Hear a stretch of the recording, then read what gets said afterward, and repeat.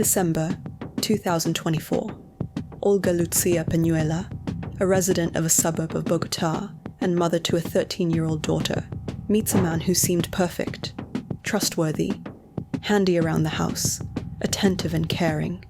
They move in together, and at first their relationship unfolds smoothly.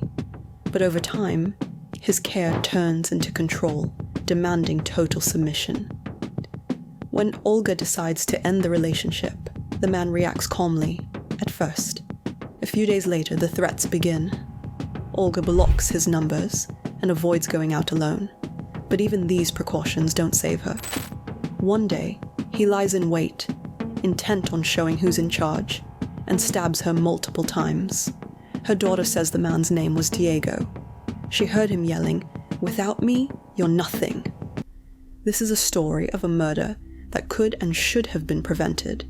Investigators quickly identified the man living with Olga. He introduced himself to her as Diego Murillo, but his identity proved suspect. His real name is Diego Murillo Ramirez. He had a prior conviction for killing a woman. In the case file, the investigator wrote, "The suspect, apparently experienced in violence, repeated what he had already been convicted for. In the archives there is a record. In 2015 he was sentenced to 18 years, but he was released early on parole for good behavior. Under the law he was required to check in with a supervisor, but for a year and a half he failed to do so. No one noticed the violation of his supervision conditions. At the hearing, the probation officer said, 'I did not have time to monitor everyone.' That's how the killer ended up free, without oversight or restrictions. Neighbors remember that Diego worked at the market, was friendly, and sometimes helped older folks. No one suspected that living among them was someone who had already committed a murder. A journalist covering Olga Peñuela's killing looks for similar cases. Among old publications, she finds a note from May 2015. Young mother, found murdered in Bogotá. Suspect, her partner, Diego Murillo. The name matches. She digs through dusty archive files, yellowed photographs, copies of records, clippings with headlines about domestic tragedy. In them is the story of a woman named Tatiana Andrea Calderon, murdered in her own bed. At the time, the press reported that the killer turned himself in and claimed he acted in self-defense. The journalist calls the father of the deceased, Gustavo Calderon. His voice is hoarse, weary. "I warned them. He would kill again, but to them it was just a file in the archive." His words become her starting point. Before her lies a trail stretching nearly 10 years back, to the man who once got a second chance. Now she knows. If it is confirmed to be the same Diego Murillo, this is a repeat murder that the system allowed. Tatiana Andrea Calderon's story begins in Bogotá. She was a young woman living with her mother Olga and grandmother Leonilda. After her parents' divorce, Tatiana remained in their care and helped around the house from an early age. When she became a mother, before she was even legally an adult, life forced her to grow up fast, working, raising a child, and supporting her family. She found a job at a small local shop and brought home whatever money she could, rarely complaining. Her life was modest, but steady. The one thing she longed for was someone to share the weight she carried. That changed in the spring of 2014. One evening, Tatiana went out with a friend to a bar on the south side of the city. There she met a man who immediately caught her eye. His name was Diego Murillo. He spoke softly, listened intently, never interrupted. He told her he was a craftsman who traveled across the country, selling handmade toys and jewelry. Tatiana, used to coldness and indifference, saw in him something different, a calmness, a quiet confidence. Their relationship moved quickly. Within weeks, Diego was visiting her home and meeting her family. Her mother and grandmother welcomed him warmly, impressed by his politeness, his work ethic, and his willingness to lend a hand around the house. He had a way of winning people over. Even Tatiana's young son grew attached to him. A couple of months later, Diego suggested they move in together. Money was tight, so he moved into her grandmother's home. Everything seemed to fit. He fixed furniture, brought home groceries, and talked about plans for the future. Then he proposed a new idea, traveling to fairs to sell their goods. He claimed they could make more money that way. Tatiana agreed, and a new chapter began. They traveled from town to town, selling toys, trinkets, and fabrics. For her, it felt like an adventure. For the first time, she felt free and believed she was building a life with someone. But behind that peaceful facade, something was off. Diego rarely spoke about his past. He avoided any talk of relatives or old friends. Sometimes he grew distant, even irritable, for no clear reason. Tatiana tried not to dwell on it. She chalked it up to stress or exhaustion. Diego always had an explanation. Just a rough day, or too much on my plate. As she saw a partner, he was slowly taking over every corner of her life. First he asked her to cut back on social media. Then he started discouraging her from spending time with friends. What seemed like care began morphing into control, but Tatiana didn't see it that way. She believed love meant compromise, that with patience, everything would fall into place. It was a story that, at first, looked like a rescue, but in truth it was the beginning of a slow descent. In the beginning, Diego appeared attentive, supportive, promising her a peaceful life. Tatiana believed she had found someone who would protect her. He would listen, offer advice, and say he couldn't live without her. But over time, he began to tighten his grip. He didn't want her going out alone. He demanded to know her every move. First came jealousy toward co-workers, then friends, and eventually, even her father. Calls with Gustavo became rare, and whenever he called, Diego was always nearby. Tatiana's replies grew short, cautious, as if she were being watched. Tatiana's friend Elizabeth noticed the change. She stopped laughing. She avoided meetups. And when Elizabeth asked what was going on, Tatiana would just say Diego was stressed or worried. Every concern was met with a defense, like she was already prepared to explain away his behavior. Little by little, Diego cut her off from everything. He made her delete old photos, pushed her to shut down her social media. Every text, every message from someone else became a reason for suspicion. He claimed it was all for love, to build trust. Her father, Gustavo, could tell something was wrong, but Tatiana would shut down any conversation that came close. More than once he noticed bruises on her arms. Tatiana brushed them off as accidents, clumsy falls, nothing serious. Her mother and grandmother thought the couple was just having normal arguments, not realizing something far more dangerous was taking root in that home. By the summer of 2015, Tatiana could barely leave the house without his permission. Diego tracked her schedule, checked her phone, read her messages. Every time she pushed back, even just a little, it ended in an outburst. She was terrified to even make eye contact. Her friend sent her a message. "You've disappeared. Are you okay?" The reply came back short. "Yeah, just busy." After that, nothing. No more replies. The cage Diego built had no bars, only fear, shame, and dependence. And in that silence, where people had grown used to not getting involved, it was only a matter of time before something tragic happened. The journalist's investigation into Diego Murillo Ramirez revealed a full profile, starting from his youth. He was born in a suburb of Bogotá, into a working-class family. His father drove a truck. His mother worked retail. The home was tense, filled with constant arguments. After his parents split, that environment shaped him deeply. By the time he reached school age, patterns had started to form. He challenged authority, clashed with teachers, and lashed out whenever criticized. He rarely faced consequences, always finding a way to shift blame. After high school, he never stuck with a job for long. He made ends meet selling trinkets and toys at fairs and pop-up markets. Co-workers described him as charming and confident, someone who could win people over in seconds.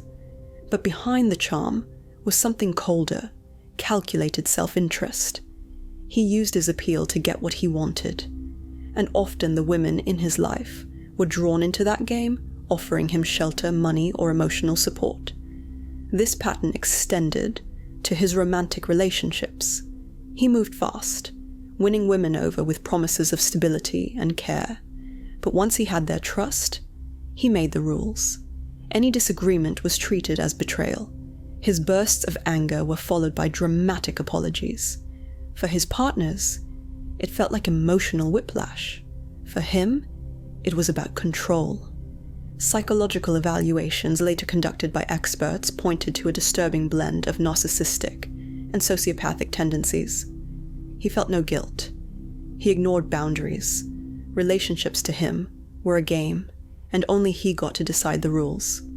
Empathy was absent. Regret was replaced with frustration. Frustration that he was losing his grip. Neighbors from the different towns where he had lived all described Diego the same way. Charming, but withdrawn. He avoided talking about his personal life or past, preferring instead to brag about his supposed achievements. He often said things like, "People just don't understand me," or "I always end up paying for other people's mistakes." It was a pattern, a way to paint himself as the victim, even while destroying the lives of others. According to investigators, the first reports of violence against women appeared long before Tatiana's death. Old police records mention complaints from former partners, threats, humiliation, physical assaults. Each case was dismissed for lack of evidence. The women, hoping he would change, refused to testify. No correctional program ever altered his behavior. Every time he was released, he simply changed his surroundings, but not his pattern.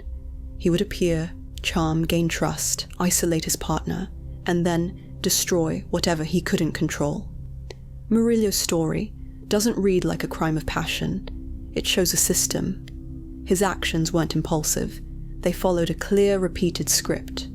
For him, every woman was another attempt to prove that power was the only kind of love he could understand.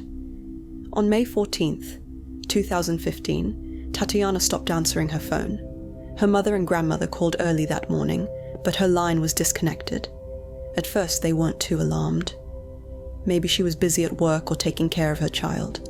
But as the evening came, and there were still no calls or messages, worry set in. Her grandmother, Leonilda, decided to go check on her. The front door was locked from the inside.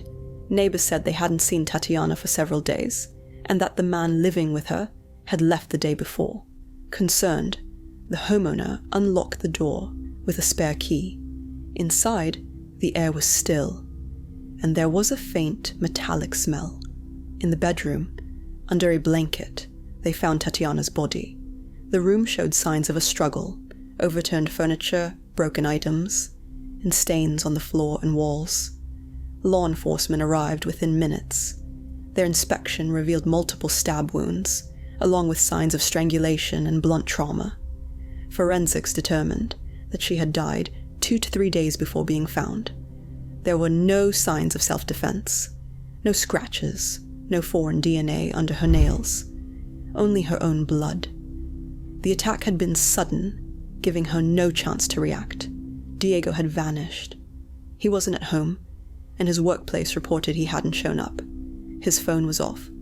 Some of his belongings missing. Eventually, investigators tracked him to Chicorel, where his parents lived. When the police finally caught up to him, Diego turned himself in, claiming he didn't mean to kill her. He said they had argued, that Tatiana came at him with a knife, and that he had to defend himself. Investigators quickly disproved that version. The crime scene showed no evidence of a two-sided fight. The direction of the stab wounds indicated deliberate, repeated strikes from above. Forensic experts confirmed Tatiana had been pinned down by the neck before being strangled and stabbed several times. Diego was soon charged with intentional homicide, but at the time, Colombian law didn't have a separate classification for femicide, so the case was prosecuted as aggravated murder. In court, Diego pled guilty and requested a fast-track trial. That decision reduced his sentence. Prosecutors asked for 40 years. The judge gave him 18.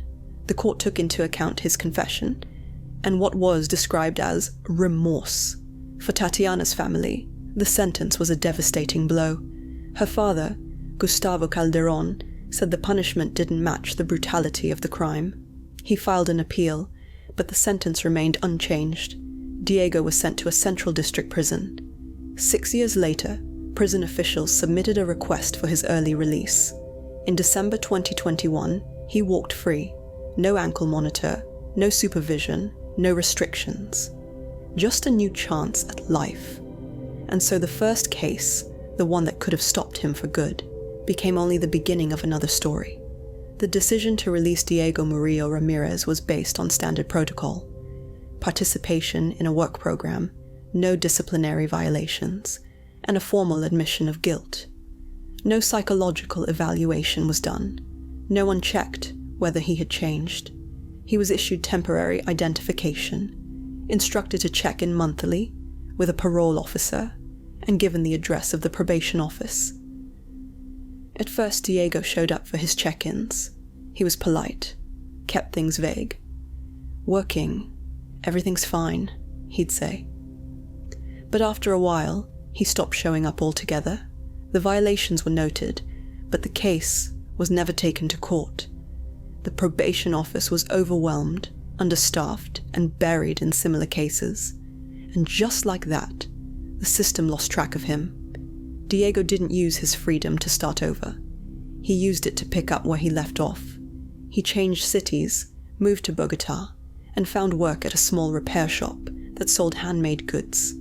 That's where he met Olga Lucía Peñuela, a woman in her early 40s, recently divorced, raising a 13-year-old daughter. He introduced himself as someone who had made mistakes, but was trying to make things right. He framed his past as a misunderstanding, claiming his ex had attacked him, and that he only acted in self-defense. He spoke calmly, confidently, with a touch of regret. Olga believed him. She was drawn to his composure, his kindness, the way he helped around the house. He never raised his voice, showed interest in her daughter, and treated her with respect. After a string of disappointing relationships, Diego seemed like a man she could finally trust. Within weeks, they were dating. A couple of months later, he started staying over. At first, he was everything she'd hoped for. He bought groceries, helped with chores, and talked about building a future. He told her he wanted to live right and build a real family. But slowly, the familiar pattern began to emerge. He started asking where she'd been, who she saw, why she was texting her ex-husband about their child. Every answer triggered more questions, more suspicion. His tone shifted, soft one moment, accusatory the next. Sometimes he'd go silent for a whole day, then act like nothing happened. Under that cycle of tension and calm, Olga began to lose her sense of control. She stopped meeting with friends. She stayed home more. Her messages were almost exclusively to him. A few months into their relationship, Diego suggested moving in permanently. He framed it as an act of care. "It'll be easier this way," he said. "You won't be alone." Olga agreed, unaware that she was giving up the last bit of personal freedom she had left. Once he moved in, the control escalated. He monitored her phone calls, demanded explanations, even interfered with how she parented her daughter. Neighbors noticed that things had changed. The house was quieter. Olga stopped greeting people, looked tired all the time. Only her mother, Gloria Inés Boyacá, spoke openly about her concerns. She didn't trust the new man in Olga's life and told her daughter exactly that. But Olga dismissed it. "He's not like the others," she'd say. Meanwhile, Diego once again slipped through the cracks of the system. On paper, he was listed as temporarily unavailable by his parole officer. No follow-up request was made. No one checked where he was living or who he was with. What was supposed to be a second chance at redemption turned into a repeat of the same pattern. He was rebuilding dependency, turning love into control. The same words he once used on Tatiana were now aimed at Olga. "You don't understand how much I love you. I just want you near me. Without me, you're nothing." By this point, there was no difference between his past and his present. He wasn't seeking forgiveness. He didn't feel guilt. He didn't question his actions. Freedom to him wasn't about reform, it was a license to continue unchecked. And while the system labeled him rehabilitated, he was already laying the groundwork for another tragedy. By the fall of 2024, the relationship between Olga Lucía Peñuela and Diego had completely unraveled. Arguments were constant. Olga made the decision to end it. She told him she no longer wanted to live together and asked him to leave. At first he seemed calm, but within days, the threats began. He started sending her messages, accusing her of being unfaithful and demanding answers. Then came the fake social media accounts, used to insult her and warn that he was going to see her in person. Olga blocked his numbers, changed her social media settings, and avoided going out alone. But Diego didn't go away. He kept showing up, at her doorstep, ringing the bell, disappearing when someone opened the door. Olga's mother, Gloria Inés, saw the danger escalating fast. She told her daughter flat out, "He's going to kill you if you don't get out for good." But Olga didn't get the chance to take the steps she needed. On the morning of December 5th, 2024, Olga left home to run some errands. On her way back, Diego was waiting for her outside. Neighbors later said the two were arguing, at first in hushed voices, then louder. A young girl nearby heard Olga scream. Diego pulled out a knife and stabbed her several times. She collapsed right there on the sidewalk. He dropped the weapon and ran. It all happened in a matter of seconds. Witnesses called the police and emergency services. Olga was rushed to the hospital, but doctors couldn't save her. The stab wounds were fatal. Her daughter was nearby and saw everything unfold. According to witnesses, the girl screamed until neighbors carried her away from the scene. The city fell silent. That same day, news broke. A man previously convicted of killing a woman is suspected of another violent crime. Police launched a nationwide search. An arrest warrant was issued for Diego Maria Ramirez.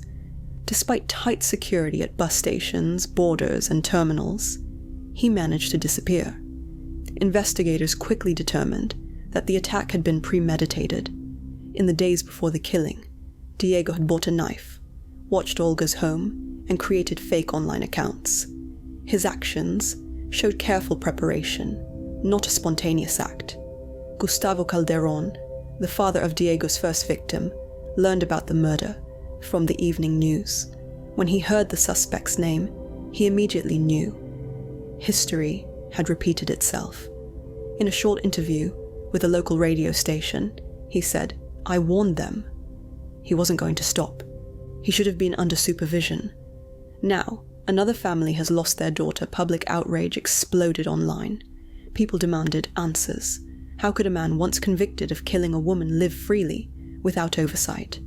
Forums filled with heated debates, not just about the crime itself, but about the failure of the justice system.